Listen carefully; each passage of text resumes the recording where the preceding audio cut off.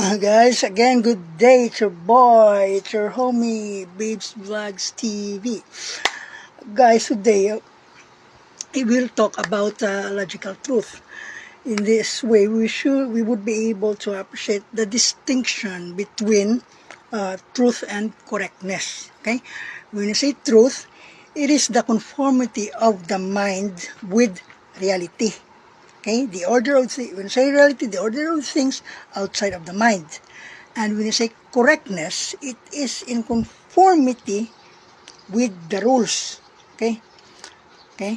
For instance, the truth that you say there is injustice. That's what you're thinking. There is injustice given to Duterte.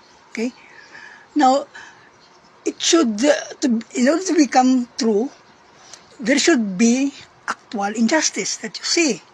Now, in order for the truth to be correct, the injustice that you perceive or you infer should conform with the rules provided on what is just and what is unjust.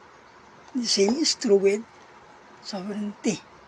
Okay? What you think that is sovereign should reflect the reality and should conform with the rules. Okay? Thank you. More power.